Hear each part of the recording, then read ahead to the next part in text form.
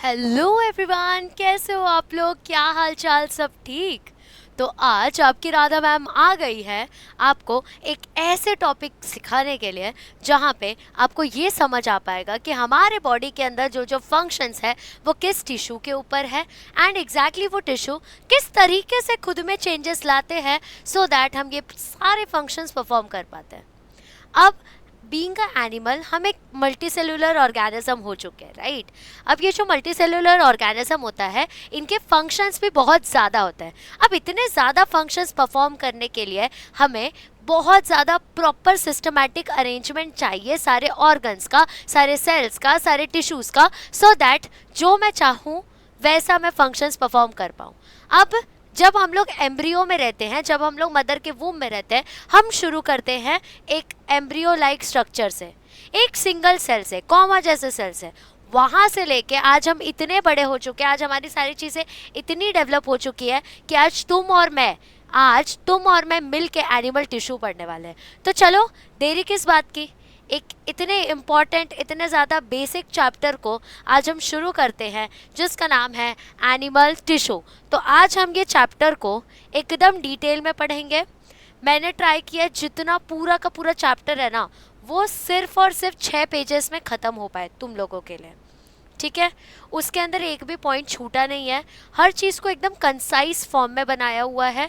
अब ये चैप्टर जो है ये हार्डली 4 पेजेस का चैप्टर है तुम्हारे टेक्स्ट बुक में, तो आई विल ट्राई कि ये वीडियो भी उतनी ही छोटी हो और उतनी ही ज़्यादा डिटेल में भी हो कि तुमको आगे कॉकरोच जो है एनिमल टिश्यू में, जो कॉकरोच है वो समझना ईजी पड़े, ठीक है? तो चलो, देरी किस बात की है, शुरू करते हैं आज का session with Ganpati Bappa Morya. Ganpati Bappa Morya, backlog की टेंशन छोड़ यार। तो चलो शुरू करें। अब ये चीज़ों को शुरू करने से पहले हम ये देखेंगे कि भैया एग्जैक्टली एनिमल जिसके बारे में हम पढ़ने वाले हैं वो है क्या, है ना? पहले ये तो समझ ले जिसके बारे में हम पढ़ने वाले हैं वो है क्या। तो दीदी हमको पता है कि एनिमल जो होता है वो होता है मल्टी सेल्यूलर, राइट? एकदम करेक्ट बात। तो एनिमल जो है वो है मल्टी सेलुलर। अब ये जो मल्टी सेलुलर, ये दिखेगा कि तुमको ऐसे इतना छुटकू छुटकू अगर मैं लिखूंगी, तो जो एनिमल होता है वो क्या होता है? तो वो होता है मल्टी सेल्यूलर ऑर्गेनिज्म। स्पेलिंग तो एकदम माशाल्लाह हो गया। वो है एक मल्टी सेलुलर ऑर्गेनिज्म। क्या है वो? एक मल्टी सेलुलर ऑर्गेनिज्म। अब ये जो मल्टी सेलुलर ऑर्गेनिज्म है ये बहुत सारे अनगिनत फंक्शंस परफॉर्म करता है ना? ये मल्टी सेलुलर ऑर्गेनिज्म की एनर्जी रिक्वायरमेंट भी जो है वो बहुत हाई है ना? एनर्जी रिक्वायरमेंट भी जो है वो बहुत हाई है, प्लस फंक्शंस भी बहुत सारे परफॉर्म करता है ना? फंक्शंस भी बहुत सारे परफॉर्म करता है। अब ये सारे फंक्शन को परफॉर्म करने के लिए मेरे बॉडी में एक प्रॉपर सिस्टमैटिक अरेंजमेंट होना चाहिए, है ना? मेरे बॉडी में क्या होना चाहिए भैया? तो मेरे बॉडी में होना चाहिए एक प्रॉपर सिस्टमैटिक अरेंजमेंट।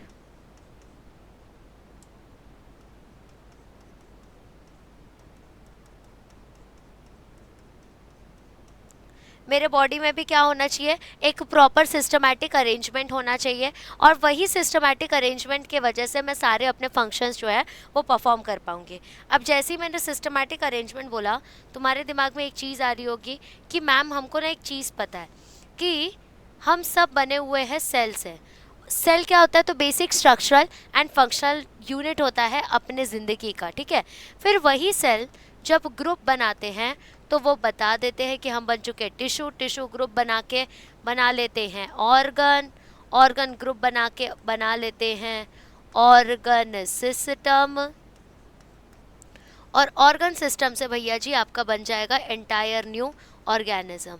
बट इस सब का जिस्ट अगर तुम समझो ना, तो यहाँ पे क्या हो रहा है? सारे ऑर्गेनिजम्स जो है वो सिस्टमैटिक अरेंजमेंट में यहाँ पे मूव कर रहे हैं ना? सारे ऑर्गेनिजम्स जो है वो सिस्टमैटिक अरेंजमेंट में मूव कर रहे हैं और अपने सारे फंक्शंस को परफॉर्म कर रहे हैं ना, सिस्टमैटिक अरेंजमेंट में मूव कर रहे हैं और अपने सारे फंक्शंस को परफॉर्म कर रहे हैं। समझे मेरी बात? इतना समझ गए? ये एकदम इंट्रोडक्शन है चैप्टर का। धीरे धीरे करके हम ये चैप्टर को और डिटेल में समझने वाले हैं, ठीक है?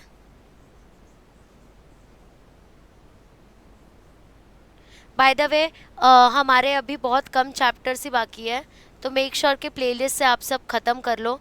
बहुत ज़्यादा डिटेल में पढ़ाया हुआ है, मिस मत करो इस चीज़ को और ख़त्म करो, ठीक है? चलो अब आगे बढ़ते हैं हम। अब हम लोग देखेंगे कि एग्जैक्टली भैया एपिथेलियल टिश्यू होता क्या है। एपिथेलियल टिश्यू के बारे में अगर हम जानने की कोशिश करें, अगर सिर्फ एक इंट्रोडक्शन देखने की कोशिश करें फॉर आर एपिथेलियल टिश्यू, तो एपिथेलियल का मतलब क्या होता है? ऊपर का टिश्यू, है ना। एपिथेलियल का मतलब क्या होता है? आउटर मोस्ट लेयर वाला टिश्यू, है ना। एपिथेलियल का मतलब क्या होता है? आउटर मोस्ट लेयर वाला टिश्यू। साथ साथ में ये बहुत डिवाइडिंग है, ये डिवाइडिंग वाले टिश्यूज़ होते हैं, ये डिवाइडिंग वाले टिश्यूज़ होते हैं। इनके वजह से अपना बॉडी का साइज, शेप, प्रोटेक्शन, सिक्रीशन, ये सारी चीज़ें कवर्ड होती है। किसके वजह से? तो भैया एपिथेलियल टिश्यू के वजह से। अब एपिथेलियल टिश्यू जो है वो दो प्रकार के होते हैं, है ना। एपिथेलियल टिश्यू जो है वो दो प्रकार के होते हैं। कौन से होते हैं उस पर ध्यान देना है। एक होता है सिंपल एपिथेलियल टिश्यू और एक होता है कंपाउंड एपिथेलियल टिश्यू। अब जो आप ये सिंपल एपिथेलियल टिश्यू और कंपाउंड एपिथेलियल टिश्यू देख रहे हो ना, इसके अंदर ना जैसा उसका नाम है वैसे ही उसका काम है। अगर मैं कह रही हूँ सिंपल एपिथेलियल टिश्यू, इसका मतलब कि इसका जो अरेंजमेंट है ना वो बहुत सिंपल अरेंजमेंट है, उसके अंदर कोई हायरार्की नहीं है, कोई कन्फ्यूजन नहीं है। बट जब तुम बात कर रहे हो कंपाउंड एपिथेलियल टिश्यू का, यहाँ पे ना एक या एक से ज़्यादा जो सिंपल एपिथेलियल टिश्यू है वो मिलके अपने फंक्शंस को परफॉर्म करते हैं। ये एकदम बेसिक डेफिनेशन हो गया सिंपल और कंपाउंड एपिथेलियल टिश्यू का। अब हम करने क्या वाले हैं, हम simple epithelial tissue, compound epithelial tissue को डिटेल में पढ़ने वाले हैं। तो आप रेडी हैं ये चीज़ डिटेल में पढ़ने के लिए? बता दो। एक तो ना यहाँ पे नेट नहीं चल रहा है and I am so scared कि व्हाट इफ नेट नहीं चले और मैं सब पढ़ा दूँ और वो चीज़ रिकॉर्ड ना हो। I don't know, time waste नहीं होना चाहिए यार तुम लोग का। चलो तो शुरू करते हैं। अब हम सिंपल एपिथेलियल टिश्यू के बारे में, मैंने पूरा का पूरा ये दिख रहा है तुम्हारा सिंपल एपिथेलियल टिश्यू को एक ही इसके अंदर डाल के रख दिया है सो दैट तुमको 74 पेजेस नहीं देखनी पड़े, एक ही बार में सब कर लो, है ना। अब ध्यान देना, सिंपल एपिथेलियल टिश्यू में सबसे पहले आएगा आपका स्क्वैमस एपिथेलियल टिश्यू। क्या कहा मैंने? सबसे पहले आएगा आपका स्क्वैमस एपिथेलियल टिश्यू। अगर मैं बात करूँ स्क्वैमस एपिथेलियल टिश्यू के बारे में, तो इसका नाम ही क्या है? स्क्वैमस। यानी कि अगर तुम उस डायग्राम को ना देखो, स्टिल यू नो कि स्क्वैमस मतलब कुछ तो स्क्वायर शेप्ड का रहेगा, ठीक है। तो इसका अब अपीयरेंस देखो, ये नीचे दिख रहा है, ये इसका बाइसोलैटरल सरफेस है, मतलब कि यहाँ पे एक ऐसा बेस है, एक ऐसा बेस है जो कि सरफेस प्रोवाइड कर रहा है मेरे पूरे स्क्वैमस एपिथेलियल टिश्यू को, ठीक है। उसके ऊपर में आप लोगों को अपाइकल सरफेस दिख रहा होगा, दिख रहा है आप लोगों को अपाइकल सरफेस? अपाइकल सरफेस का मतलब होता है ऊपर का सरफेस, और बीच बीच में यहाँ पे आपको न्यूक्लियस दिख रहा होगा, ठीक है। अब ये जो स्ट्रक्चर है ना, बस वही इसका फंक्शन है, वही इसका मॉर्फोलॉजी भी है। तो जो हमारा स्क्वैमस एपिथेलियल टिश्यू होता है वो फ्लैट शेप होता है उसका, ठीक है। वो क्या होता है? वो फ्लैट होता है, वो थिन होता है, वो पतला रहता है, और वो पॉलीगोनल होता है। और वो क्या होता है? पॉलीगोनल होता है। और साथ साथ में उसकी जो मार्जिन है, ये दिख रहा है तुम लोगों को मार्जिन? तो ये कैसी मार्जिन हो गई? तो ये सेरेटेड मार्जिन हो गया, ठीक है। ये कैसा मार्जिन हो गया? तो ये सेरेटेड मार्जिन हो गया। और पता है ये फिट कैसे होता है? जैसे देखो तुम लोग फुटपाथ वगैरह पे जाते हो तो फुटपाथ पे कैसे वो रेड कलर के टाइल्स फिट हुए रहते हैं, ऐसे ऐसे चौकोन में, जैसे पजल्स फिट होते हैं वैसे ही वो फिट होता है ना। Exactly like that squamous epithelium tissue जो है वो फिट होता है। इसीलिए इनको पेमेंट पेवमेंट एपिथेलियल टिश्यू भी कहा जाता है। इनको क्या कहा जाता है, दूसरा नाम क्या है, कमेंट सेक्शन में डालना है, which is pavement epithelial tissue, क्योंकि उसका अपीयरेंस वैसा है। ठीक है, अब कैसे जाता है तो देखो, fits like the tile of the footpath, footpath पे जैसे टाइल है ना वैसे ही ये फिक्स हो जाता है। अब ये लोग ना बहुत प्रोमिनेंट होते हैं, स्पेरिकल और ओवल टाइप का इनका न्यूक्लियस है, दिख रहा है, एग्जैक्ट ऐसा लग रहा है सर्कल है, ये बहुत प्रोमिनेंटली तुम लोगों को दिख के आएंगे। ठीक है, अब रही बात इनके फंक्शन की, अब इनका फंक्शन क्या होता है, प्रोटेक्ट करता है और एब्जॉर्ब करता है। प्रोटेक्ट कर रहा है मतलब ये कहाँ कहाँ पे प्रेजेंट हो सकता है, तो ये ब्लड वेसल्स में प्रेजेंट होगा। हमारे जो ब्लड का इनर लाइनिंग है ना, ब्लड वेसल्स का इनर लाइनिंग, वहाँ पे आपको स्क्वैमस एपिथेलियल टिश्यू मिलने वाला है। साथ साथ में तुम्हारा एल्वियोलाई हो गया, वो जो तुम्हारा सरफेस एरिया बढ़ाता है गैशियस एक्सचेंज का, उसको तुम लोग एल्वियोलाई कहते हो। ऐसे क्या बोलते हैं, अंगूर के दाने के शेप में होता है। तो एल्वियोलाई के अंदर भी जो इनर लाइनिंग होती है ना, वो स्क्वैमस एपिथेलियल टिश्यू से बना होता है। फिर सिलोम हो गया, सिलोम मतलब जो भी खाली स्पेस दिख रही है, तो उसके अंदर का जो लाइनिंग है ना बच्चों, वो किससे बना हुआ है, स्क्वैमस एपिथेलियल टिश्यू से। अब तुमको ना एकदम जिस्ट में बताती हूँ, नाम आया squamous epithelial tissue. Squamous epithelial tissue बोले म्हणजे काय असतं कि ये एक स्क्वायर के शेप में टिश्यू होने वाला है। ठीक है, कैसा टिश्यू है, एक स्क्वायर के शेप में, इसका बैसोलेटरल बेस है ना, नीचे का जो मेम्ब्रेन है वो बैसोलेटरल है, न्यूक्लियस जो दिख के आता है, और इसके जो ऊपर का लेयर है, इसका जो एपाइकल सरफेस है वो इस तरीके से फिट होता है मानो जैसे कि फुटपाथ के ऊपर टाइल्स फिट है, इसलिए इसको pavement, PAVEMENT, pavement squamous epithelial tissue भी कहा जाता है।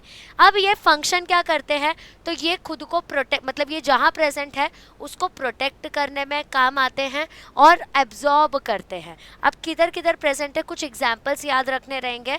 तो ब्लड वेसल्स जो होते हैं, जहाँ से तुम्हारे ब्लड फ्लो होता है, तुम्हारा ऑक्सीजनेटेड ब्लड, तुम्हारा डीऑक्सीजनेटेड ब्लड, ये जो फ्लो हो रहा है ना, उसके इनर लाइनिंग में ये प्रेजेंट है। साथ ही साथ एब्जॉर्प्शन करने में भी हेल्प करता है।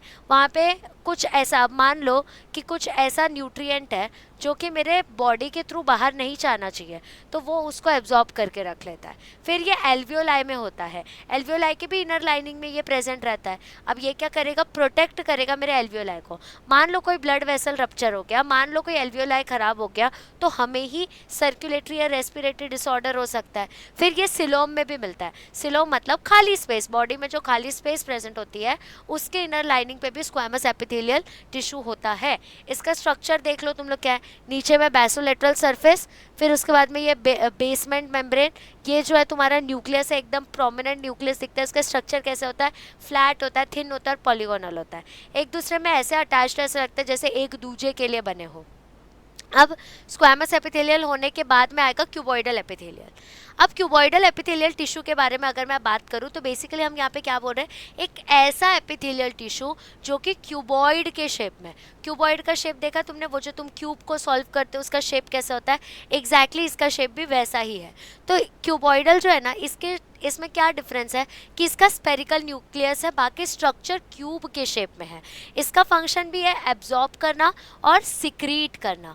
अब एब्जॉर्ब कर रहे हैं और सिक्रीट कर रहे हैं, मतलब कहाँ प्रेजेंट हो सकते हैं, तो पेनक्रियाटिक लाइनिंग के या फिर सलाइवरी डक्ट के इनर लाइनिंग पे या नेफ्रॉन्स में प्रेजेंट होगा। जैसे तुम्हारा पेनक्रियाटिक डक्ट हो गया, मैं पेनक्रियाटिक डक्ट को कैसे याद रखती हूँ, जैसे इतर हो गया, तो इतर को कैसे से पुश करते तो फटाक से सारा परफ्यूम बाहर आता है, तो कुछ वैसे ही स्ट्रक्चर तुम्हारे पेनक्रियाटिक डक्ट का रहता है, और वहाँ के इनर लाइनिंग पे तुम्हारा क्यूबॉइडल एपिथेलियल टिश्यू जो है वो प्रेजेंट रहता है। ठीक है, ये क्या करेगा वहाँ पे, तो पेनक्रिया में ना पेनक्रियाटिक जूसेस जा रहे होते हैं, तो वो पेनक्रियाटिक जूस में अगर कुछ ऐसा एब्जॉर्ब करने वाली चीज़ है उसको एब्जॉर्ब कर लेगा, और साथ ही साथ पेनक्रियाटिक जूस को सिक्रीट करने के लिए भी कौन हेल्प करेगा, आपका क्यूबॉइडल एपिथेलियल टिश्यू।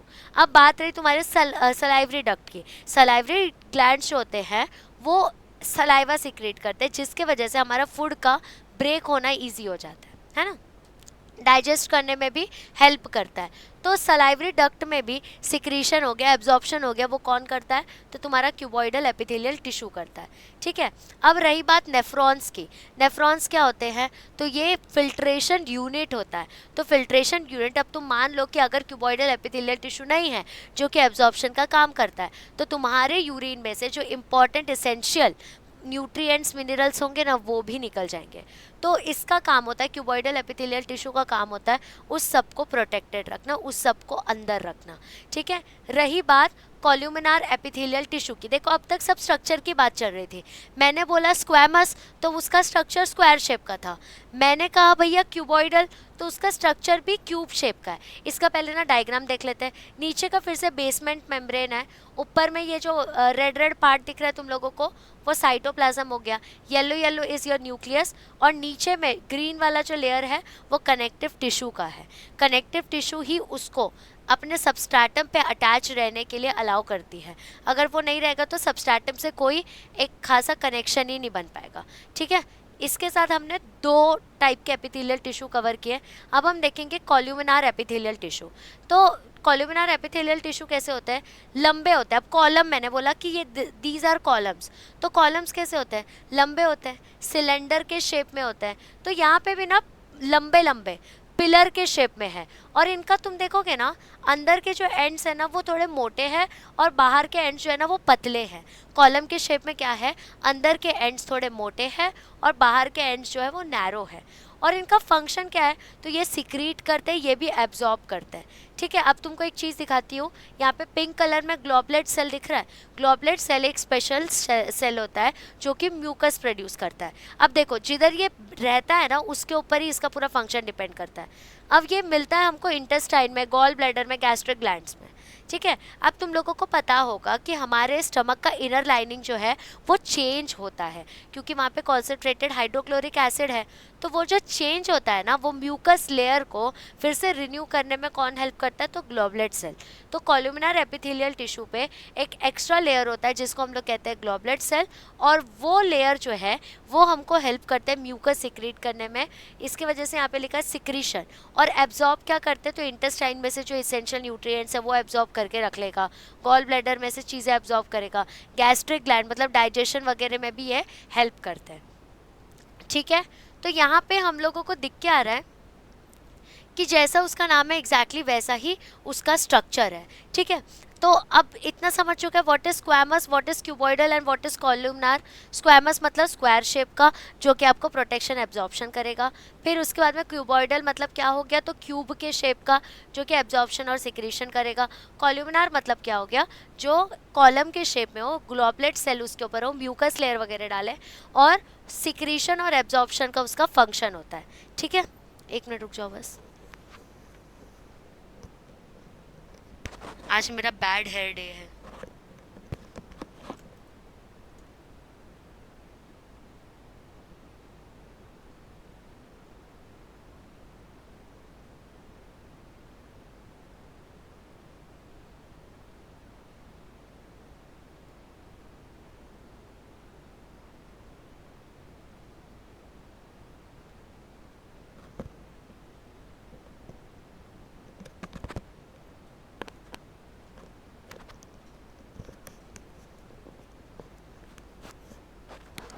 चलो फिर शुरू करते हैं।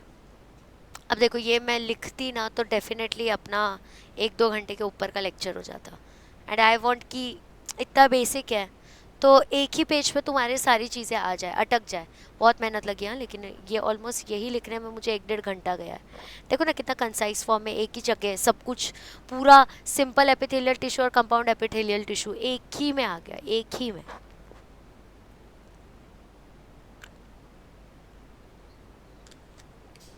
ठीक है, चलो आगे बढ़ते फिर, आगे बढ़ते फिर। तो हम लोगों को स्क्वैमस एपिथेलियल टिश्यू समझ गया है, हम लोगों को क्यूबॉइडल समझ गया, कॉल्यूमिनार समझ गया। अब बात करते हैं सिलिएटेड के बारे में। जब मैं कह रही हूँ सिलिएटेड मतलब इसके ऊपर एक स्ट्रक्चर प्रेजेंट होगा जो कि सीलिया नाम का स्ट्रक्चर होता है। अब सीलिया बोला तो तेरे दिमाग की घंटी जली क्या, तेरे दिमाग की बत्ती जली क्या। सीलिया मतलब एक ऐसा स्ट्रक्चर होता है, मत बंद हो, सीलिएटेड मतलब एक ऐसा स्ट्रक्चर होता है जिसके ऊपर सीलिया प्रेजेंट है। और सीलिया का मतलब क्या होता है कि अब जैसे तुम्हारे ओविडक्ट के अंदर सीलिया प्रेजेंट है, जैसे तुम्हारे नोज के अंदर भी एक तरीके से सीलिया प्रेजेंट होता है कि वो आगे की चीज़ों को पुश कर पाए। थिन हेयर लाइक स्ट्रक्चर होता है। तो यहाँ पे अगर तुम लोग डायग्राम देखो तो ऊपर में पिंक पिंक कलर का दिख रहा है, वो क्या है आपका, वो सीलिया है, वो हेयर लाइक स्ट्रक्चर है। फिर न्यूक्लियस, साइटोप्लाज्म, बेसमेंट मेम्ब्रेन, ये सब तो कॉमन ही है। अब सिलिएटेड जो है ना वो एक या तो क्यूबॉइडल के अंडर में आता है या तो कॉल्यूमिनार के अंडर में आता है। इसका नीचे में बेसमेंट मेम्ब्रेन है और जो एंड फ्री है वो हेयर लाइक होता है। हेयर लाइक मतलब उसके ऊपर सीलिया प्रेजेंट होता है। न्यूक्लियस जो है ना वो ओवल होता है और वो नीचे के एंड पे प्रेजेंट होता है। न्यूक्लियस ओवल है और वो बेसल एंड में प्रेजेंट है। इसका फंक्शन क्या, अब सीलिया प्रेजेंट है मतलब वो हेल्प करेगा मेरे को मूवमेंट करने में और स्पेसिफिक पार्ट से कनेक्ट करने में, जैसे कि ओविडक्ट हो गया। अब मेरा एग जो है वो फैलोपियन ट्यूब से, मतलब ओविडक्ट से फैलोपियन ट्यूब में जाए सो दैट वो जाके स्पर्म का वेट करे, उसके लिए ना छोटे छोटे सीलिया प्रेजेंट होते हैं। वो उसको पुश करते कि भाई तू आगे जा, भाई तू आगे जा। तो वो तुम्हारे सिलिएटेड टिश्यू, एपिथेलियल टिश्यूज से बने हुए हैं। समझा? ये या तो कैसा स्ट्रक्चर है उसका, क्यूबॉइडल एपिथेलियल टिश्यू का या तो कॉलुमिनार एपिथेलियल टिश्यू का। डिफरेंस क्या है कि उसके ऊपर thin hair like bristle structure होता है जो कि मूवमेंट में हेल्प करता है। बार बार तुमको ये रिपीट कर रही हूँ कि तुम्हारे दिमाग में ये सब जा पाए।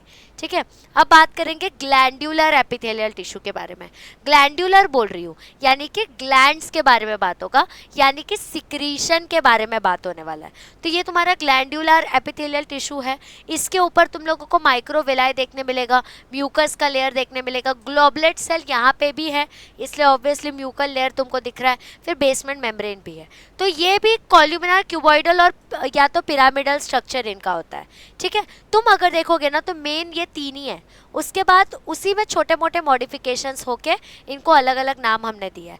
तो यहाँ पे ये इनका जो न्यूक्लियस है वो बहुत बड़ा बड़ा होता है और नीचे में बेस के पास रहता है वो। इनका फंक्शन भी क्या होगा, सिक्रीशन का। ऑब्वियसली नाम ही क्या है, ग्लैंड्यूलर, यानी कि ग्लैंड सिक्रीट करना। तो ये इनका फंक्शन क्या रहेगा, सिक्रीशन का। और ये मिलते कहाँ पे हैं, तो ये सलाइवरी ग्लैंड में मिलेंगे जो कि सलाइवा सिक्रीट करेगा, ये स्वेट ग्लैंड में मिलेंगे जो कि स्वेट सिक्रीट करता है, पिट्यूटरी ग्लैंड में मिलेंगे। तो ये ग्लैंड्यूलर का काम ही क्या होता है, ये सिक्रीशन में हेल्प करता है। जो भी मेरे हार्मोन्स हैं उसको सिक्रीट आउट करने में कौन हेल्प करेगा, तो ग्लैंड्यूलर एपिथेलियल टिश्यू। उसके बाद में आया सेंसरी। सेंसरी बोल दिया मैंने म्हणजे काय असतं कि कुछ तो सेंस ऑर्गन्स के रिलेटेड है। अब फॉर एग्जाम्पल मैं भी चंगा तू भी चंगा, तेरे पास आके किसने से सन्न करके तेरे को टपली मार दी तो तेरा पूरा मोमेंटम हिल जाएगा। वो मोमेंटम हिला और तेरे को गुस्सा है और तूने अपने दोस्त को लेट थपक करके मारा। वो सब करने के लिए तेरे सेंस ऑर्गन्स तो जगह पे होने चाहिए। तो वो जो सेंस ऑर्गन्स अपना स्टिमुलस दे के रिस्पॉन्ड कर पाते हैं वो सब किसके वजह से कर पाते हैं, तो सेंसरी टिश्यू के वजह से, एपिथेलियल टिश्यू के वजह से कर पाते हैं। नीचे में देखो सीलिया है यानी कि ये मूव भी कर पाएगा। फिर डेंड्राइट्स है यानी कि मेरे न्यूरॉन वाला डेंड्राइट है। अब डेंड्राइट क्या करता है, मान लो अगर ये मेरा सेल बॉडी है तो डेंड्राइट्स यहाँ सबसे लेके आएगा मेरे सारे जो मैसेजेस है उसको, और फिर साइटोन या फिर सेल बॉडी तक उस सिग्नल्स को पहुँचाता है ना। अब ये वाला जो है वो रिसेप्टर सेल है यानी कि मेरे डेंड्राइट ने इन्फॉर्मेशन लाई और उसने रिसेप्ट की, उसको रिसीव की उस इन्फॉर्मेशन को। ऊपर वाले सपोर्टिंग सेल से ये पूरे फंक्शन को सपोर्ट कर रहा है। और एकदम ऊपर में आप लोगों को दिखेगा all factory tract. All factory मतलब नोज के रिलेटेड बात चल रही है। तुम लोगों ने ना यूजुअली देखा होगा कि जब कोई चीज़ बहुत गंदे टेस्ट की होती है तो तुम लोग क्या करते हो, नाक बंद करके पीते हो, है ना। क्योंकि जब हम लोग नोज़ को बंद कर देते हैं तो हमें वो चीज़ का टेस्ट थोड़ा कम आने लगता है। सर्दी के टाइम पे देखो टेस्ट वेस्ट कम आता है। ये सब एग्जैक्ट क्यों हो रहा है, क्योंकि इसके अंदर ना सेंसरी एपिथेलियल टिश्यू प्रेजेंट है जो कि सेंस ऑर्गन्स जैसे एक्ट करता है। ठीक है, तो ये क्या है, ये भी देखो कॉल्यूमिनार या एलोंगेटेड न्यूरोसेंसरी सेल से ही बना हुआ है। यानी कि यहाँ पे भी ये कॉल्यूमनार का एक तरीके से मॉडिफिकेशन हो गया। इसका फंक्शन क्या है, तो एक्सटर्नल या इंटरनल जो भी स्टिमुलस आ रहा है उसको रिसीव करके उसके ऊपर एक्ट करना। और ये मिलते कहाँ पे है, तो तुमको नोज़ में मिलेगा, तुमको ईयर में मिलेगा, तुमको आई में मिलेगा। तो ये सारे जगह पे सेंस जो है, हमारे सेंस ऑर्गन्स जो है वो बहुत एक्टिवेटेड रहते हैं। क्यों रहते हैं, क्योंकि उनके पास सेंसरी एपिथेलियल टिश्यू प्रेजेंट होता है। ठीक है, अब हम बात करेंगे जर्माइनल एपिथेलियल टिश्यू के बारे में। जर्माइनल के बारे में अगर मैं कहूँ तो इसका मतलब ही क्या होता है कि ये एक ऐसा क्यूबॉइडल सेल है जो कि लाइन कर रहा है मेरे यूटेरस को, मेरे सेमाइनिफेरस टिब्यूल्स को। अब जो मेरा यूटेरस हो गया, मेरे ये ओवरी भी कह सकते हो, तो ये सेमिनिफेरस टिब्यूल्स हो गया। तुम लोगों को अगर याद हो तो सेमिनिफेरस टिब्यूल्स के अंदर में नर्व सेल वगैरह थे, लेडिक सेल, उसके अंदर में जो सस्टेंटैक्युलर था वो जाके मुंडी घुसाता था, और वो मुंडी घुसाने के बाद मतलब स्पर्मेटिड, स्पर्म का इमेच्योर वर्जन, वो मुंडी घुसाता था और फिर जाके एक्टिवेट होता था। क्योंकि ये जर्माइनल एपिथेलियल टिश्यू है, इसका काम ही क्या है, तो जो मेरे जर्म सेल्स है ना उनको बनाना। ये भी मॉडिफिकेशन ही है ना। ये सातों चीज़ें समझ चुकी है तो टाइम स्टैम्प पे जाओ और बताओ मुझे कि समझ गया, क्योंकि इसके बाद मैं तुम लोगों को एक क्वेश्चन पूछूंगी इन सातों के ऊपर, तब जाके हम देखेंगे compound epithelial tissue. I will give you 1 minute, उस 1 मिनट में तुम लोगों को बताना है कि क्या सारी चीज़ें समझ चुकी। नहीं समझा है तो कमेंट करो, क्योंकि मैं तुम्हारे सारे कमेंट्स देखती हूँ। तो अगर कुछ नहीं समझा रहेगा तो एक उसी स्पेसिफिक पार्ट के लिए मैं वीडियो बना के भी डाल दूँगी, कोई दिक्कत नहीं है मुझे। ठीक है, आई होप 1 मिनट अपना हो चुका है। एंड नाउ लेट्स स्टार्ट एक क्विक रिवीजन से। तो कितने टाइप के सिंपल एपिथेलियल टिश्यू, पहले तो एपिथेलियल टिश्यू हो गए। एपिथेलियल टिश्यू क्या है, तो ऊपर का लेयर होता है भैया। अब वो जो ऊपर का लेयर है वो डिवाइड करने में हेल्प करता है, प्रोटेक्ट करने में हेल्प करता है, एब्जॉर्ब करने में हेल्प करता है, सिक्रीट करने में हेल्प करता है। कितने टाइप के हैं, तो 7 टाइप के हैं। ये 7 टाइप बने क्यों, क्योंकि उनका फंक्शन और उनका लोकेशन थोड़ा सा डिफरेंट है। जिसका जैसा फंक्शन, जिसका जैसा लोकेशन, उसका वैसे वैसे नाम बनता गया, क्लासीफाई करते गए ना हम। अब मैंने अगर कहा स्क्वैमस एपिथेलियल टिश्यू, यानी कि मैं एक स्क्वायर के शेप की बात कर रही हूँ, मतलब ये स्क्वायर के शेप में और इस तरीके से ये अटैच्ड होते हैं, इस तरीके से क्लोजली अटैच्ड होता है, जैसे लगता है कि पेवमेंट है, रोड के ऊपर जैसे ईंटें अटैच्ड होती है ना, कुछ वैसे ही इनका अपीयरेंस आता है। ठीक है, रोड के ऊपर जैसे ईंटें अटैच्ड होती है, कुछ वैसे ही इनका अपीयरेंस आता है, which is your squamous epithelial tissue. ठीक है, अब इनका स्ट्रक्चर मैंने क्या कहा, फ्लैट होगा, थिन होगा, पॉलीगोनल होगा, और इनका दूसरा नाम भी क्या है, तो पेवमेंट एपिथेलियल टिश्यू नाम है इनका। इनका दूसरा नाम क्या है, पेवमेंट एपिथेलियल टिश्यू नाम है। इसका फंक्शन क्या है, तो ये प्रोटेक्ट करता है और ये एब्जॉर्ब करने में हेल्प करता है। प्रोटेक्ट कर रहा है मतलब मेरे ब्लड वेसल के लाइनिंग के अंदर होगा। ब्लड वेसल को प्रोटेक्शन की ज़रूरत क्यों है, क्योंकि एक डिफाइंड प्रेशर के साथ वो मूव कर रहा है, तो पूरा ब्लड वेसल प्रोटेक्टेड रहना चाहिए। फिर मेरे एल्वियोलाई के अंदर है, मतलब मेरा जो एक्स्ट्रा जो सरफेस एरिया बढ़ाता है मेरे रेस्पिरेशन का, उसके अंदर में है। फिर सिलोम यानी कि जो खाली स्पेसेस है उसके इनर लाइनिंग पे भी क्या प्रेजेंट है, तो स्क्वैमस एपिथेलियल टिश्यू प्रेजेंट है। इतना समझ गया। फिर हमने देखा था cuboidal epithelial tissue. Cuboidal epithelial tissue मतलब जिसका स्ट्रक्चर क्यूब के शेप में हो, जिसका स्ट्रक्चर क्यूब के शेप में हो। ठीक है, तो इसका स्ट्रक्चर कैसा है, क्यूब के शेप में। इसका फंक्शन क्या है, एब्जॉर्ब करना, सिक्रीट करना। तो अब ये कहाँ पे मिलेंगे, अगर मैं एब्जॉर्ब और सिक्रीट बोल रही हूँ, यानी कि ये पैनक्रिया के या फिर मेरे सलाइवरी डक्ट के इनर लाइनिंग में प्रेजेंट होगा। और इसका नेफ्रॉन्स भी देखो। अब तुम सोचो ना, अगर एब्जॉर्ब या सिक्रीट करने वाला कोई नहीं रहा, अगर क्यूबॉइडल एपिथेलियल टिश्यू नेफ्रॉन में नहीं रहा, तो वो फिल्ट्रेटिंग यूनिट है। क्या मालूम हमारे इसेंशियल न्यूट्रिएंट्स और मिनरल्स भी यूरिन के साथ फ्लश आउट हो जाए, तो हमारा बॉडी जो है वो डेफिसिट हो जाएगा। इसके वजह से क्यूबॉइडल एपिथेलियल टिश्यू की लाइनिंग प्रेजेंट होती है नेफ्रॉन्स के अंदर। वही बात अपने पेनक्रिया की रही, तो डाइजेस्टिव जूस को सिक्रीट ही नहीं कर पाएगा। सलाइवरी डक्ट के बारे में बात होगी, सलाइवा सिक्रीट ही नहीं कर पाएगा अगर क्यूबॉइडल एपिथेलियल टिश्यू ना हो।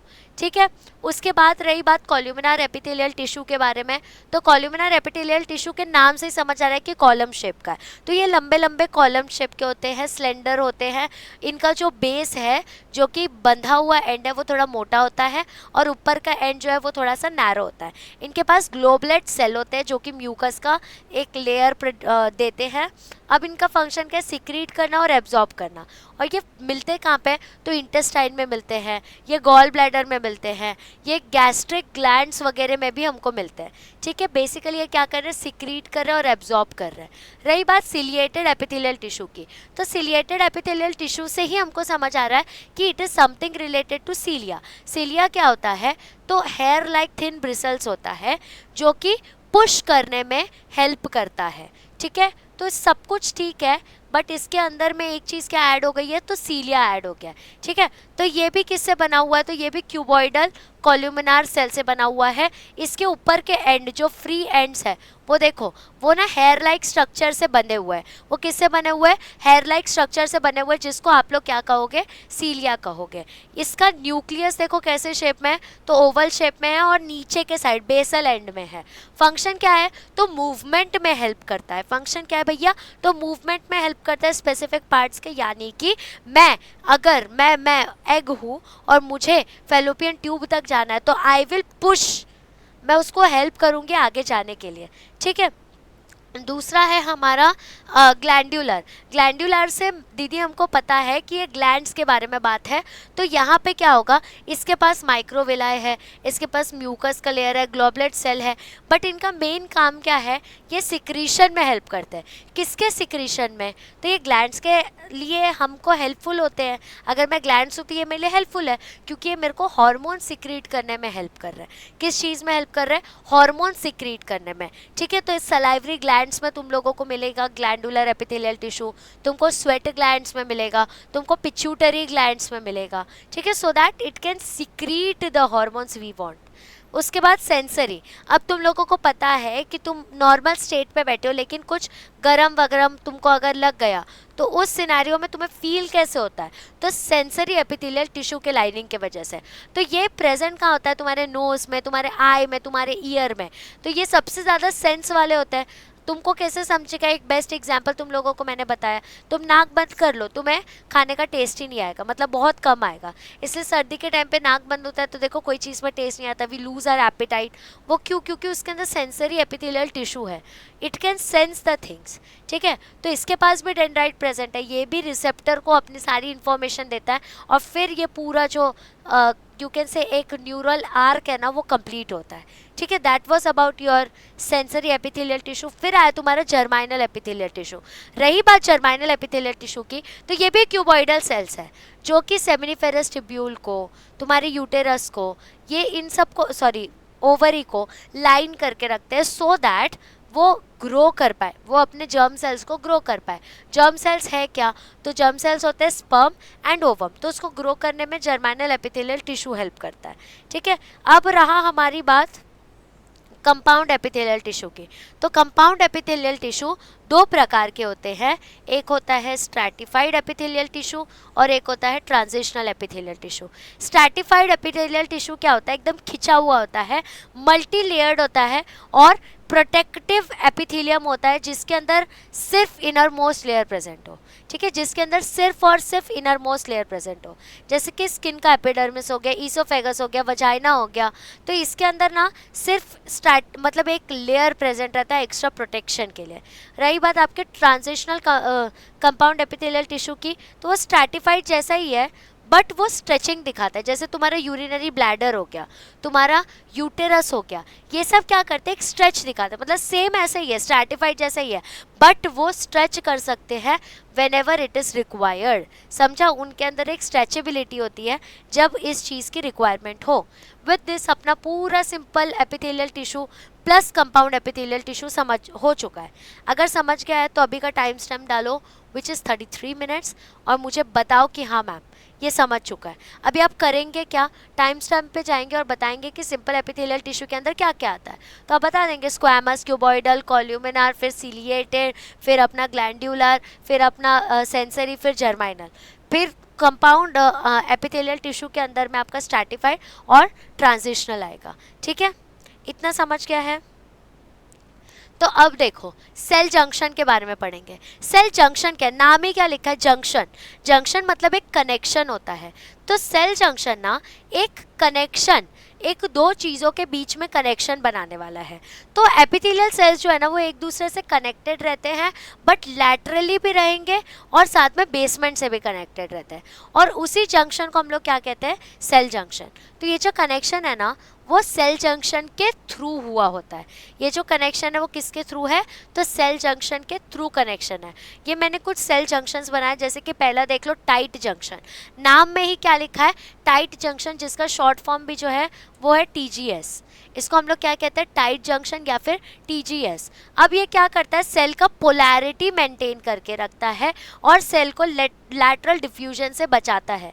ये जो है ये मेरे सेल को लैटरल डिफ्यूजन से बचाएगा कि बाजू में जो दूसरा सेल है उसके अंदर जाके मेरा कॉन्सेंट्रेशन खुद, मतलब बाजू का कॉन्सेंट्रेशन इक्वल करने के लिए खुद का ही कॉन्सेंट्रेशन जो है वो लूज ना कर ले। उस सब चीज़ों के लिए कौन प्रिवेंट करता है, तो टाइट जंक्शन प्रिवेंट करता है। टाइट जंक्शन जो है ना ये एक ऐसा कनेक्शन है जो कि बहुत टाइटली पैक्ड रहता है, अति टाइटली पैक्ड रहता है, ठीक है। फिर रही बात आपके गैप जंक्शन की, ये दिख रहा है आप लोगों को गैप जंक्शन, तो ये इंटरसेल्यूलर जंक्शन होता है और ये आयंस के और स्मॉल मॉलिक्यूल्स का जो पैसेज है, जो उनका एक्सचेंज है केमिकल मैसेज, उसमें हेल्प करता है।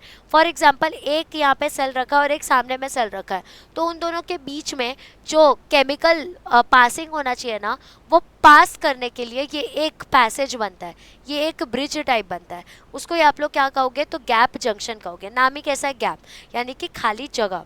फिर हो गया आपका एडहेरेंस जंक्शन, तो ये क्या करते हैं, जो मेरे नेबरिंग सेल्स है ना उसको एक साथ रखते हैं, जैसे कि एक इंटरसेल्यूलर सीमेंट हो, एडहेशन की तरह स्टिक करके रखते हैं, दिख रहा है, इंटरसेल्यूलर सीमेंट की तरह स्टिक करके रखते हैं। तो ये था तुम्हारा सेल जंक्शन, ठीक है। सेल जंक्शन के बारे में आई होप तुम लोगों को समझ गया होगा। तो एपिथेलियल सेल से जो कि कनेक्टेड है एक दूसरे से लैटरली और बेसमेंट से भी, तो ये जंक्शन जो है, ये जो जंक्शन है इसी को हम लोग क्या कहेंगे, सेल जंक्शंस कहेंगे, ठीक है। ये सारे सेल जंक्शंस दिख के आया आप लोगों को, tight junction, gap junction, adherence junction, तीनों के ऊपर शॉर्ट नोट आया था। जाएंगे आप कमेंट सेक्शन में एंड डालेंगे कि इसका वन लाइन में आंसर्स डालने वाले आप, ठीक है। इसका वन लाइन में एक डेफिनेशन डालने वाले आप, ठीक है।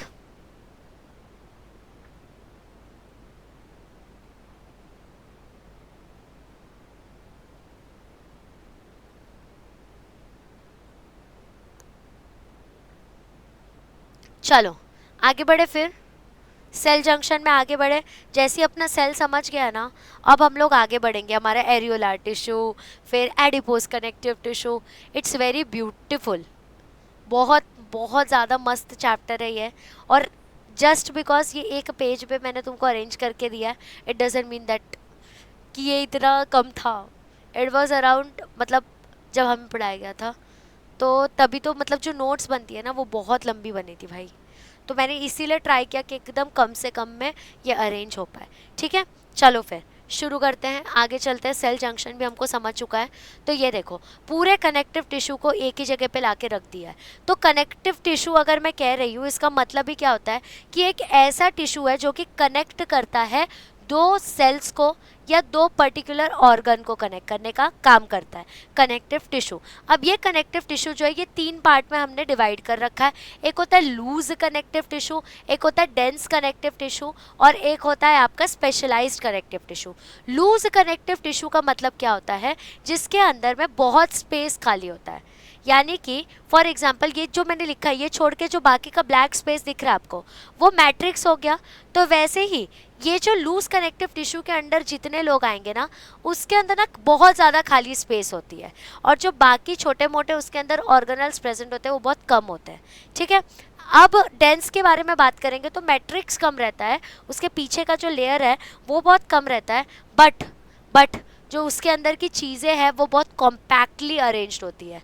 अब स्पेशलाइज्ड कनेक्टिव टिश्यू के बारे में बात करोगे तो वो कुछ स्पेशल फंक्शंस परफॉर्म करते हैं, एक एक करके हम सबको देखने वाले हैं। तो लूज कनेक्टिव टिश्यू जो है, ये सेल्स हो गए या फाइबर्स हो गए, वो बहुत लूजली एग्रीगेटेड है, मतलब ऐसे ही किधर तो पड़े हुए, बहुत जगह है। वो जो अपन का ट्रेंड हुआ था ना, बहुत जगह है, बहुत जगह, वैसे ही इसके अंदर ना बहुत जगह है भैया, बहुत जगह। इसका मैट्रिक्स बहुत ज़्यादा है, ठीक है। तो सबसे पहले इसमें दो चीजें आती है वो बता देती हूँ। Areolar connective tissue, adipose connective tissue. Areolar यानी कि इसके अंदर एयर स्पेसेस प्रेजेंट होंगे। एडिपोज यानी कि फैट टिश्यू है, फैट स्टोरिंग टिश्यू है। तो अब देखो एरियोलार कनेक्टिव टिश्यू और एडिपोज कनेक्टिव टिश्यू को डिटेल में। एरियोलार कनेक्टिव टिश्यू जो है इसके अंदर ये दिख रहा है ब्लैक ब्लैक मैट्रिक्स, तो ये तुम्हारा मैट्रिक्स हो गया। ये दिख रहा है ये वाई वाई शेप में बीच बीच में येलो में किया है, वो आपके इलास्टिक फाइबर्स हो गए। ये इओसिनोफिल हो गया, plasma B cell, mast cells, adipocytes, fibroblast, macrophage. तो ये पूरा तुम्हारा एरियोलार कनेक्टिव टिश्यू हो गया। ये क्या करता है, तुम्हारे स्किन को अंडरलाइन मसल से कनेक्ट करके रखने में ये हेल्प करता है। इसके अंडर में ही WBC और RBC के सब प्रोटेक्टिव वाले सेल्स भी प्रेजेंट होते हैं। ये अगर कोई भी फॉरेन पार्टिकल तुम्हारे सेल के अंदर घुसने की कोशिश कर रहा है तो फैगोसाइटोसिस के थ्रू उसका सामने वाले का जो फॉरेन सेल है उसको पूरा खराब करने की भी कैपेसिटी रखता है। कौन? तो एरियोलार कनेक्टिव टिश्यू। एरियोलार इसका नाम क्यों है? क्योंकि इसके अंदर खाली स्पेस बहुत ज़्यादा है और ऑब्वियसली किसके अंडर आ रहा है, तो लूज कनेक्टिव टिश्यू के अंडर भी आ रहा है ये। ठीक है, तो ये कनेक्ट करता है किसको, तो स्किन को कनेक्ट करता है अंडरलाइन मसल से। मतलब ये मेरा स्किन है, इसके नीचे जो मसल्स है ना, इन दोनों को कनेक्ट करने का काम कौन कर रहा है, तो एरियोलार कनेक्टिव टिश्यू कर रहा है। अब ये ना एक सपोर्टिव फ्रेमवर्क की तरह एक्ट करते हैं। अब बेसिकली देखो कनेक्ट कर रहा है मतलब एक रिश्ता जोड़ रहा है, रिश्ता जोड़ना मतलब एक फ्रेमवर्क प्रोवाइड करना। अब ये मिलते कहाँ हैं हमको, तो ब्लड वेसल्स हो गए, नर्व्स हो गए, उसके आसपास तुम लोगों को एरियोलार कनेक्टिव टिश्यू मिलेगा। ठीक है, अब वहीं पे क्यों प्रेजेंट होता है, क्योंकि वहाँ पे रिक्वायरमेंट ज़्यादा होती है इओसिनोफिल्स वगैरह सबकी। ठीक है, अब हम बात करेंगे एडिपोज कनेक्टिव टिश्यू के बारे में। एडिपोज कनेक्टिव टिश्यू का नाम सुनते ही तुम्हें समझ गया होगा कि ये फैट स्टोरिंग वाले टिश्यूज़ है। ये क्या है भैया, तो ये फैट स्टोरिंग वाले टिश्यूज़ है। ये स्पेशलाइज्ड लूज कनेक्टिव टिश्यू है, ये भी स्पेशलाइज्ड लूज कनेक्टिव टिश्यू है। अब देखो ये फैट है, ये फैट स्टोरेज देखो कैसे हो रहा है, और ये फैट के अंदर न्यूक्लियस देखो, मतलब फैट स्टोर तो हो रहा है बट बहुत ज़्यादा उसके अंदर स्पेसेस है। अब तुमने जो खाना खाया, जो तुम्हारा न्यूट्रिएंट्स है, और वो न्यूट्रिएंट्स अगर तुम्हारे बॉडी ने यूज़ नहीं किया तो जाके वो क्या कहलाएगा, तो एडिपोज कनेक्टिव टिश्यू कहलाएगा, क्योंकि वो एज ए फैट स्टोर कर लेगा तुम्हारे बॉडी के अंदर। इसलिए जब तुम वर्कआउट करते हो सबसे पहले तुम्हारा एडिपोज टिश्यू जो है वही बर्न होता है, क्योंकि उसी ने फैट जमा कर रखा है। ठीक है, अब जितने सेल्स है ना वो एरियोलार जैसा ही है, एग्जैक्टली सिमिलर है, बट जो तुम्हारा एडिपोसाइट्स है ना वो ज़्यादा इसमें प्रेजेंट होता है। जो फैट फिल करने वाले सेल्स है ना वो ज़्यादा इसमें प्रेजेंट होता है, क्योंकि इसका काम ही यही है, इसका फंक्शन ही यही है कि इसको फैट को उधर जमा करना है। तो ऑब्वियसली एडिपोसाइट्स, ये दिख रहा है यहाँ पे तुम लोगों को एडिपोसाइट्स, ये स्ट्रक्चर इसके अंदर ज़्यादा प्रेजेंट होगा क्योंकि उसका मेजर फंक्शन ही वही है। ठीक है, और जो एक्सेस ऑफ न्यूट्रिएंट्स है हमने ऑलरेडी बात कर लिया है। तुमने खाना खाया, तुम्हारे बॉडी को रिक्वायरमेंट नहीं था 5 पीसेस ऑफ पिज़्ज़ा का, तो वो जो एक्स्ट्रा 4 पीसेस का था चीज़ें जो एक्स्ट्रा बच गई थी वो तुम्हारे लाइनिंग में जाके स्टोर हो जाएगी। साथ में ये जो एडिपोज कनेक्टिव टिश्यू है सिर्फ फैट में ही नहीं, ये आप लोगों को विसरल ऑर्गन्स में भी मिलता है। विसरल ऑर्गन्स का मतलब क्या होता है, जो इंटरनल ऑर्गन्स है उसके ऊपर भी एक फैट का लेयर होता है। दीदी अगर ये फैट का लेयर नहीं हुआ तो क्या करेंगे, अगर ये फैट का लेयर नहीं होता और सपोज तुम भाग रहे हो और तुम गिर गए, अरे तुम्हारा किडनी वगैरह है, तुम्हारा हार्ट वगैरह, इसके ऊपर अगर एक विसरल फैट का लाइनिंग नहीं होगा ना, तो अगर तुम गिरे तो डायरेक्टली उन लोगों को इफेक्ट पड़ता। इसके वजह से जो जिम फ्रीक्स होते हैं ना, उनका जो वेइंग स्केल है ना उसमें विसरल फैट भी बताया जाता है। वो फैट ज़्यादा भी नहीं होना चाहिए और ना कम होना चाहिए। ठीक है, तो इस तरीके से हमको ये समझ गया कि एग्जैक्टली एडिपोज कनेक्टिव टिश्यू है क्या। दोनों में बहुत जगह है, एडिपोज कनेक्टिव टिश्यू भी एक एरियोलार का ही मॉडिफिकेशन है। ठीक है, अब हम बात करेंगे डेंस कनेक्टिव टिश्यू के बारे में। नाम ही क्या, डेंस यानी कि घना कनेक्टिव टिश्यू।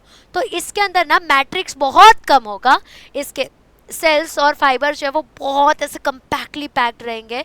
अब इसके अंदर दो पार्ट्स आते हैं, dense regular connective tissue, dense irregular connective tissue. Regular का मतलब क्या हुआ, एकदम proper systematic uniform arrangement. Irregular का मतलब क्या हुआ, कैसे भी अरेंज कर रखा है। तो डेंस कनेक्टिव टिश्यू में जो सेल्स और फाइबर्स है वो एकदम यूनिफॉर्मली अरेंज्ड है। इसके अंदर में एग्जाम्पल क्या होगा, लिगामेंट एंड टेंडन। लिगामेंट मतलब क्या होता है, जो बोन को बोन से कनेक्ट करता है, और टेंडन का मतलब क्या होता है, जो मसल को बोन से कनेक्ट करता है। अगर मेरा बोन और बोन कनेक्टेड है तो किससे कनेक्टेड हो गया, लिगामेंट से। लेकिन अगर मेरा मसल और बोन कनेक्टेड है तो वो टेंडन से कनेक्टेड है। तुमने सुना होगा लिगामेंट टेयर हो गया मेरा, टेंडन टेयर हो गया मेरा। जो लोग स्पेशली स्पोर्ट्स वगैरह बहुत देखते हैं उनको ये सब पता है। दूसरा हो गया तुम लोगों का डेंस इरेगुलर कनेक्टिव टिश्यू। ये सेल और फाइबर्स जो है ना वो रैंडमली अरेंज है, और ज़्यादातर तुमको स्किन विन में ये सब देखने को मिलेगा। ठीक है, हमने क्या क्या देखा अब तक, तो लूजली पैक्ड कनेक्टिव टिश्यू और दूसरा हमने देखा डेंस कनेक्टिव टिश्यू। दोनों के बीच में डिफरेंस क्या है, लूज कनेक्टिव टिश्यू जो है ना दीदी, उसके अंदर बहुत ज़्यादा मैट्रिक्स प्रेजेंट होता है, यानी कि खाली स्पेस ज़्यादा प्रेजेंट होता है। अगर उसी में आप दीदी एरियोलर कनेक्टिव टिश्यू के बारे में बात करो तो उसके अंदर ना एयर स्पेसेस बहुत होती है। उसके अंदर क्या ज़्यादा होती है, एयर स्पेसेस बहुत होती है बच्चों। ठीक है, तो एयर स्पेसेस ज़्यादा उसके अंदर प्रेजेंट है। और ये जो एरियोलर कनेक्टिव टिश्यू है फ्रेमवर्क की तरह एक्ट करता है, ब्लड वेसल्स ये सब में तुमको मिलेगा। और एडिपोज कनेक्टिव टिश्यू जो है ये फैट स्टोरिंग सेल्स इनके अंदर प्रेजेंट होते हैं। क्या प्रेजेंट होता है इनके अंदर, फैट स्टोरिंग सेल्स। ठीक है, फैट स्टोर करने का काम करते हैं कौन, तो एडिपोज कनेक्टिव टिश्यू। कौन, तो एडिपोज कनेक्टिव टिश्यू। ठीक है, इनका स्ट्रक्चर और एरियोलर कनेक्टिव टिश्यू का स्ट्रक्चर ऑलमोस्ट सिमिलर है, बट डिफरेंस किस चीज़ का है कि तुम्हारे एडिपोज कनेक्टिव टिश्यू के अंदर एडिपोज साइट जो है वो ज़्यादा है, क्योंकि फैट स्टोरिंग है। मिलता कहाँ कहाँ पे, इनर लाइनिंग वगैरह पे मिलता है, और साथ में विसरल लाइनिंग पे भी मिलता है, ऑर्गन्स के ऊपर। रही बात डेंस की, तो इसके अंदर मैट्रिक्स कम है और जो सेल्स और फाइबर्स है ना वो बहुत कॉम्पैक्टली अरेंज्ड होते हैं। डेंस रेगुलर कनेक्टिव टिश्यू हो गया और एक डेंस इरेगुलर कनेक्टिव टिश्यू हो गया। अब डेंस रेगुलर कनेक्टिव टिश्यू का मतलब क्या होता है कि जो मेरा सेल्स है, जो मेरा फाइबर है, वो सिस्टमैटिक यूनिफॉर्म अरेंजमेंट में। और अगर डेंस इरेगुलर कनेक्टिव टिश्यू के बारे में बात करूं तो यहाँ पे जो मेरा सेल्स है, जो मेरा फाइबर्स है, वो इरेगुलरली कैसे भी अरेंज हो रखा है। ठीक है, अब मैं डेंस रेगुलर कनेक्टिव टिश्यू के बारे में बात करूं तो उसका एग्जांपल लिगामेंट और टेंडन आएगा। लिगामेंट मतलब जो बोन को हड्डी से कनेक्ट करे, और टेंडन मतलब जो मसल्स को हड्डी से कनेक्ट करे। और इरेगुलर कनेक्टिव टिश्यू आप लोगों को कहाँ मिलेगा, तो स्किन में मिलता है। ठीक है, समझ चुका है तो टाइम स्टैम्प पे जाओ और डिफरेंस बिटवीन लिखो, इसका लूज कनेक्टिव टिश्यू का और डेंस कनेक्टिव टिश्यू का। मेरे को सबसे चाहिए ये, सबसे मुझे ये डिफरेंस बिटवीन चाहिए। चलो,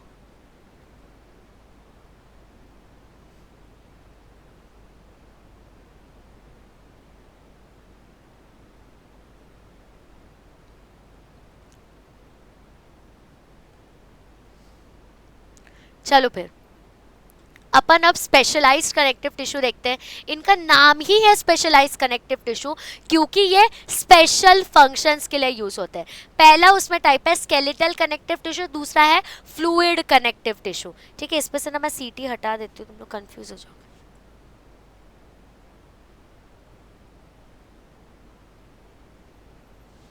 वो ऐसा लगेगा फ्लूइड कट लिखा है। स्केलेटल कनेक्टिव टिश्यू मतलब कि मुझे क्या चीज़ में वो हेल्प करने वाला है।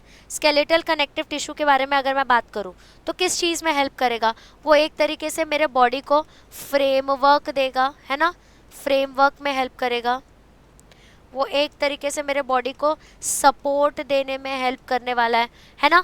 उसके अंदर ही आ जाएगा आपका कार्टिलेज और बोन्स। कार्टिलेज के बारे में तुम लोगों को क्या पता है, ये थोड़ा सा फ्लेक्सिबल होता है। ये क्या होता है, ये थोड़ा सा फ्लेक्सिबल होता है। और पता है क्या, बोन्स के ऊपर का भी जो लाइनिंग है ना वो कार्टिलेज से बना हुआ है। बोन्स का आउटर लाइनिंग भी जो है वो किससे बना हुआ है, तो भैया कार्टिलेज से बना हुआ है। कार्टिलेज फ्लेक्सिबल होता है और वो काफ़ी हद तक प्रेशर को झेल सकता है। It can sustain the pressure, वो प्रेशर को झेल सकता है। ठीक है, अब देख लो तुम लोगों को ना मैं मेरा पियर्सिंग्स दिखाती हूँ। ये दिख रहा है, इतने सारे मैंने पियर्सिंग्स किए। तो ये कार्टिलेज है, इसके अंदर मैं होल पोल कर सकती हूँ, पियर्सिंग्स कर सकती हूँ। बट उसी जगह अगर मैंने मेरे बोन में पियर्सिंग किया तो मेरी हड्डी टूट जाएगी। ठीक है। अब ये जो है ना कार्टिलेज, इसके अंदर कैल्शियम आयंस नहीं होता है, इसके वजह से इनका स्ट्रक्चर जो है वो उस तरीके से डिफाइंड है। ठीक है, तो यहाँ पे हम लोग लिख देंगे कि एब्सेंट क्या है इसके अंदर, तो इसके अंदर एब्सेंट है कैल्शियम आयंस।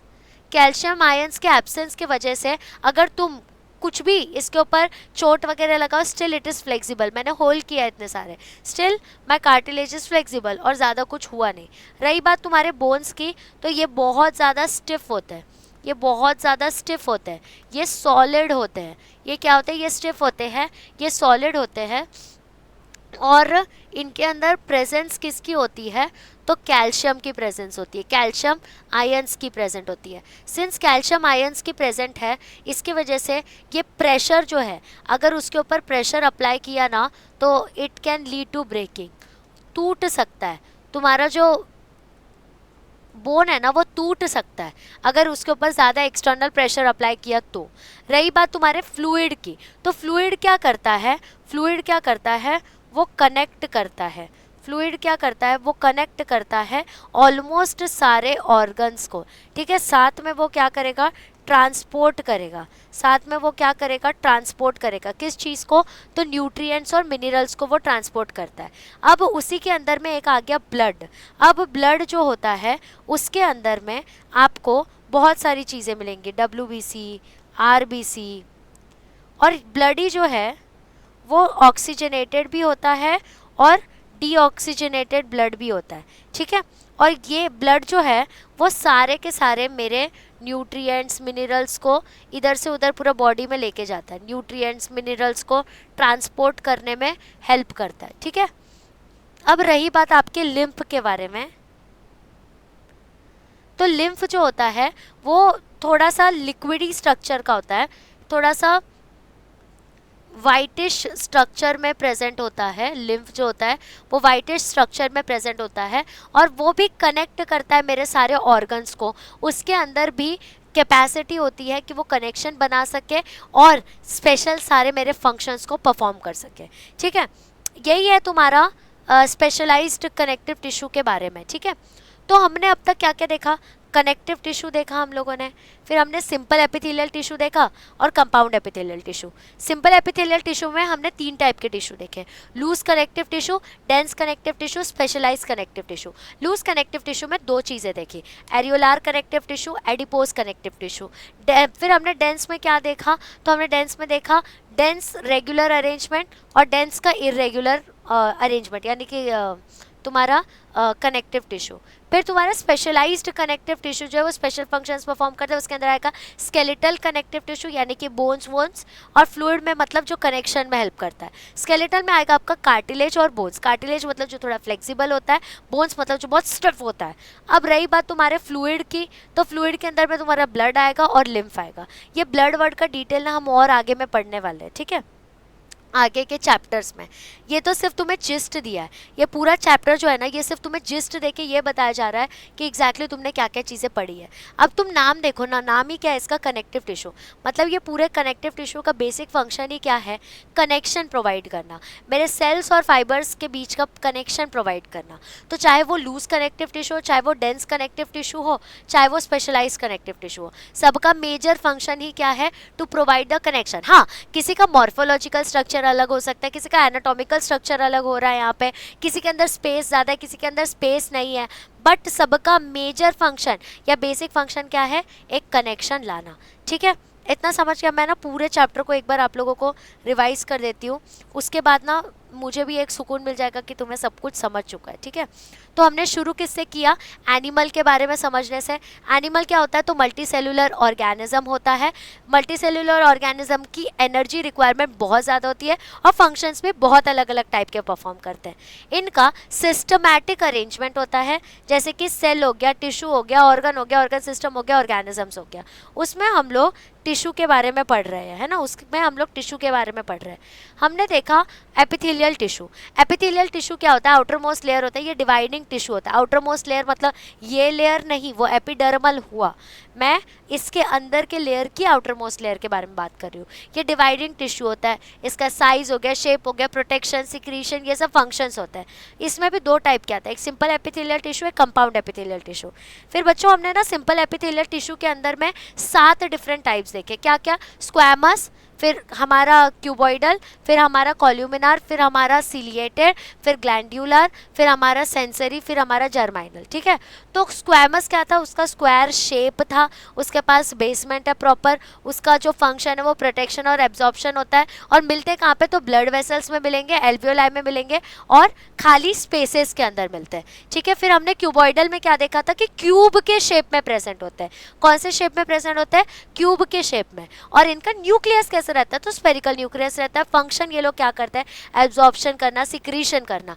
किस चीज़ का एब्जॉर्प्शन करना, तो मान लो कि तुम्हारा फिल्ट्रेशन यूनिट यानी कि जो नेफ्रॉन्स है उसके अंदर क्या पता तुम्हारे यूरिन में कुछ एसेंशियल न्यूट्रिएंट्स रहेगा, तो वाई टू लूज दैट, तो हम लोग उसको भी एब्जॉर्ब करके रख सकते हैं with the help of cuboidal epithelial tissue. रही बात कॉलुमिनार एपिथेलियल टिश्यू की, तो ये कॉलम के शेप में थे, कॉलम के शेप में नीचे का एंड मोटा, ऊपर का एंड पतला। ठीक है, इसके अंदर ग्लोबुलेट सेल है, मतलब म्यूकस वगैरह सिक्रीट करेगा, इसका भी फंक्शन सिक्रीशन एंड एब्जॉर्प्शन है।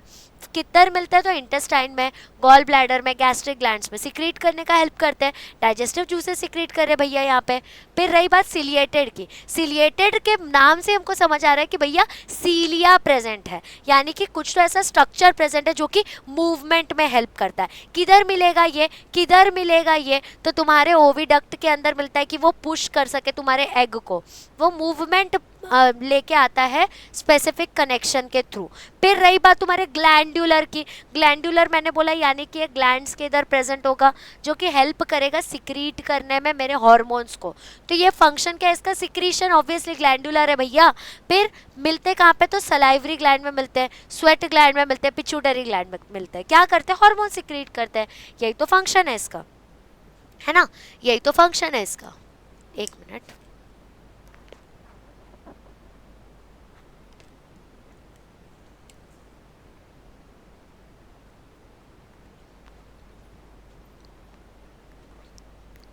ठीक है, अब हम लोग आगे बढ़ेंगे with sensory epithelial tissue. Sensory epithelial tissue मतलब क्या हुआ, अब जैसे तुम लोग बैठे हो, मैं बैठी हूँ नॉर्मल स्टेट में, लेकिन ये छन्न करके मैंने तेरे को थप्पड़ लगा दिया, उसमें क्या हो गया, तेरा जो नॉर्मल स्टेट है वो हिल गया। अब तुम गांधी जी तो हो नहीं कि मैंने एक गाल दिया तुम दूसरा गाल दोगे, वो भी देना एक रिस्पॉन्स ही हुआ। अब जैसे मान लो तुम्हें सर्दी है, तुम्हें कोई खाना अच्छा लगता है, नहीं लगता, क्योंकि तुम्हारे जो नोज के जो तुम्हारे ऑल फैक्ट्री है ना वो बंद है, तो तुम्हें कोई चीज़ का टेस्ट नहीं आएगा। क्यों, क्योंकि उसका जो इनर लाइनिंग है ना वो बना हुआ है सेंसरी एपिथेलियल टिश्यू से। किससे बना हुआ है, सेंसरी एपिथेलियल टिश्यू से। ये भी क्या है, ये मॉडिफाइड, किस 3 मेन यही है, उसके बाद उनके अंदर ना 2-3 चीज़ें ऐड, 2-3 चीज़ें सब्सट्रैक्ट होकर अलग अलग मॉडिफिकेशंस कर रखे हैं हमने। ठीक है, इनका फंक्शन क्या, तो ये एक्सटर्नल इंटरनल स्टिमुलस के ऊपर रिएक्ट करने का काम करते हैं। मिलते कहाँ पे ये, तो नोज में मिलते हैं, ईयर में मिलते हैं, आंखों में मिलते हैं। तो इनका काम ही क्या होता है, जो जो बाहर से रिस्पॉन्स आ रहा है उसके ऊपर एक्ट करना, उसके ऊपर रिएक्ट करना। रही बात जर्माइनल की, तो ये क्यूबॉइडल सेल्स है जो कि तुम्हारे सेमाइनी फेरस टिब्यूल को, तुम्हारे ओवरीज को लाइन करके रखा है so that they can create my germ cells. समझा। अब कंपाउंड एपिथेलियल टिश्यू के बारे में हमने देखा, तो स्ट्रैटिफाइड देखा, ट्रांजिशनल देखा। ट्रांजिशनल भी स्ट्रैटिफाइड जैसा ही है। स्ट्रैटिफाइड है क्या, तो वो मल्टी लेयर्ड होता है, वो प्रोटेक्टिव होता है और वो एपिथेलियम होता है। ठीक है, और एकदम इनरमोस्ट लेयर में प्रेजेंट है, जैसे कि स्किन के एपिडर्मिस में प्रेजेंट है, ईसोफेगस में प्रेजेंट है, वजाइना में प्रेजेंट होना, है ना।